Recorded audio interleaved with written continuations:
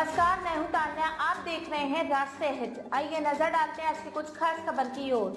शहर के सरकारी विभागों की कार्यप्रणाली में सुधार को लेकर बनाए ये कानून राइट टू सर्विस एक्ट के अनुसार जनता के कार्य समय पूर्ण करने को लेकर आप पार्षद अमित ग्रोवर ने सिविल सोसाइटी संगठन के सदस्यों के साथ नगर निगम की बैठक का बहिष्कार कर धरने पर बैठे हैं। शहर की 7 मुख्य जन समस्याएं शहर में Mill Gate, Navdeep colony, Mahavir colony सहित अधिकांश क्षेत्रों में सीवरेज व्यवस्था ठप है। विजयनगर, पटेल नगर में दूषित पेयजल सप्लाई हो रहा है। सेक्टर 13 सहित अन्य सेक्टरों में सड़कें टूटी हुई है।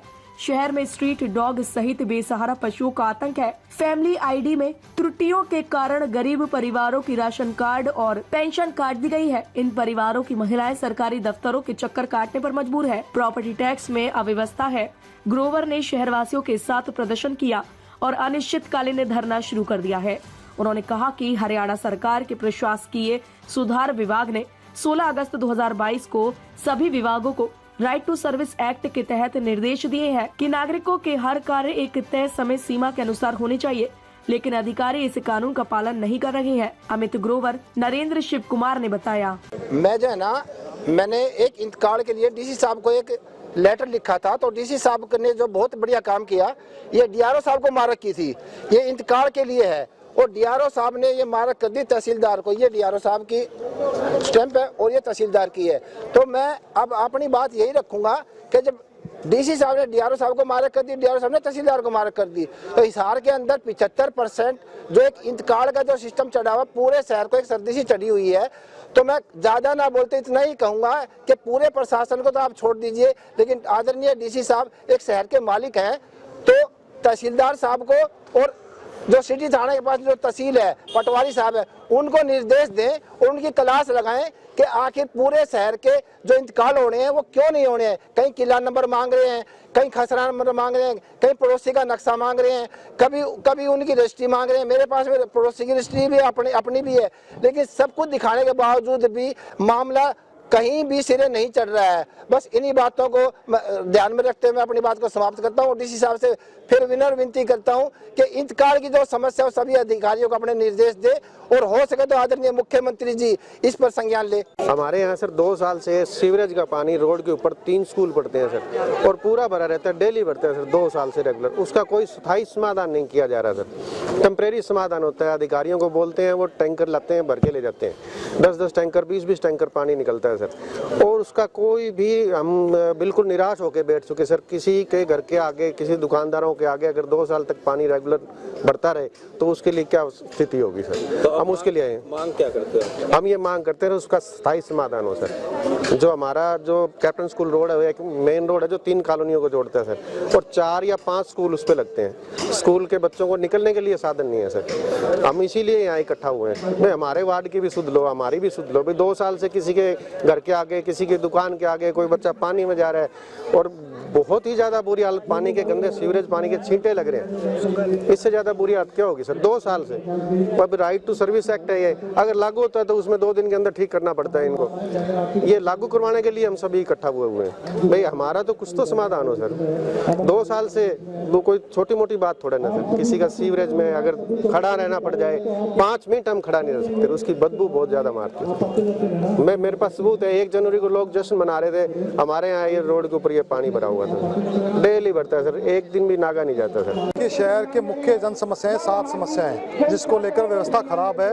वो सबसे पहली सीवरेज और दूषित पेयजल की समस्या है, बेसहारा पशुओं की समस्या है, प्रॉपर्टी टैक्स में व्यवस्था है, फैमिली आईडी के अंदर त्रुटियां हैं, उसके अलावा सेक्टर 13 सहित सेक्टरों की सड़कें टूटी हुई, जल भराव की समस्या है, और ये जो समस्याएं 7 इनके ऊपर हम काम कर रहे हैं। उसके अलावा RTS right to service act लागू करने की मांग कर रहे हैं, जिसके तहत सरकारी विभागों में शहर की जनता जब जाती है तो उनके कामों को महीनों तक लटकाया जाता है, जबकि उस कानून के अंदर साफ तौर पर लिखा गया है कि कोई भी समस्या उसके समय निर्धारित है, उस समय सीमा में काम होना चाहिए, जो कि नहीं हो रहा। उस व्यवस्था को लागू करना, उसकी मॉनिटरिंग करना।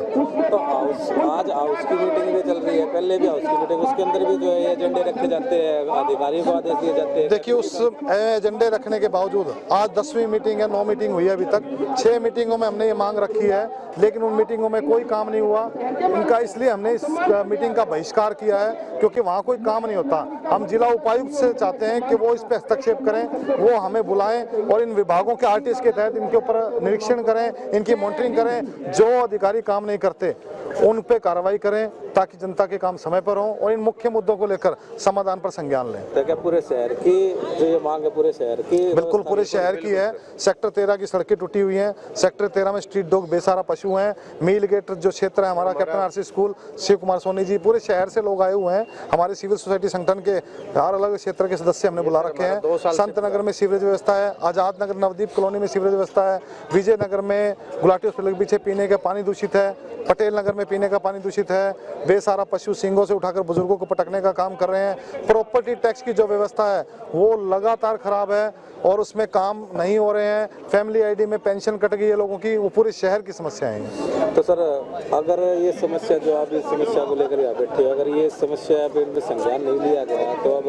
अगला नेक्स्ट? देखिए हम लोग यहीं बैठे हैं, शहरवासी व्यापारी हैं, कोई दुकानदार है, कोई रेडी चालक है, कोई नौकरी पर है, वो लोग अपना काम कर रहे हैं, हम लोग यहाँ बैठे हैं, मैं यहाँ बैठा हूँ। जब डीसी साहब हमें बुलाएंगे और वो हमें आश्वासन देंगे, वो अधिकारियों पे कार्रवाई की रूपरेखा बताएंगे, हमें इस पे निरीक्षण करेंगे, हमारी समस्याओं का समाधान करेंगे, वो हमें बुला करके हमें आश्वस्त करेंगे तो हम तब इस बात से उठेंगे। वरना इन अधिकारी जो जितने भी विभाग आज निगम में आए हुए हैं ये सब मीटिंग में आकर के बोल के चले जाते हैं, इन पर हमें कतई विश्वास नहीं है क्योंकि हमारे काम इसमें इस मीटिंग में बैठने से हो नहीं रहे हैं। तो फिर अनिश्चितकालीन धरना चलेगा? बिल्कुल अनिश्चितकालीन है। इसके अंदर रात को भी हम लोग, मैं यहीं रुकूंगा जब तक नहीं बुलाते, हम लोग रात को भी यहीं सोएंगे।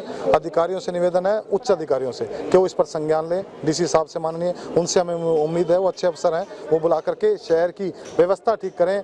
हम एक आदमी को, 2 आदमी को, 10 आदमी को काम करवा देंगे, उससे इस व्यवस्था में सुधार नहीं होगा। सुधार होगा जब हजारों लोग जो इफेक्टेड हैं फैमिली आईडी से, सीवरेज से, बेसहारा पशुओं से, सड़कों से, वो ठीक होनी चाहिए। पूरे शहर की वो व्यवस्था आरटीएस से ठीक होगी, राइट टू सर्विस एक्ट से। आपने बेसहारा पशुओं का जिक्र किया था, इसके अंदर निगम की तरफ से भी अभी कुछ पहले अभियान भी चलाया गया था, क्या अभियान वो जारी है? सर वो 10 दिन अभियान चलता है लेकिन उसमें सुधार नहीं है। गो बैंड बना दिया गया, 10 करोड़ रुपए उसमें लगा दिए गए या नहीं लगाए गए, कहाँ गए? लेकिन इस व्यवस्था में सुधार तो नहीं हो रहा ना। सुधार तो जब माना जाएगा जब उसमें सुधार होगा, जब शहर की व्यवस्था ठीक होगी। आप लाखों करोड़ों के बजट निकाल दो, घोषणाएं कर दो, लेकिन जब तक धरातल पे काम नहीं होगा, शहर की जनता उसमें संतुष्ट नजर नहीं आएगी, तब तक वो सब जो है वो वेस्ट है, उसका कोई औचित्य नहीं है उसका।